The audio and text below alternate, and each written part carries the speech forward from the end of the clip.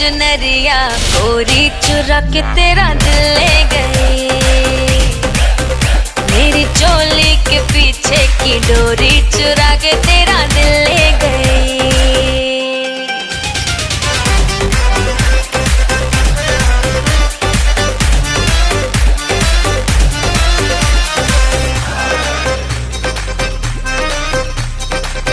रूप तेरा ये क्या कयामत है, तेरे जलवे है आफत सनम।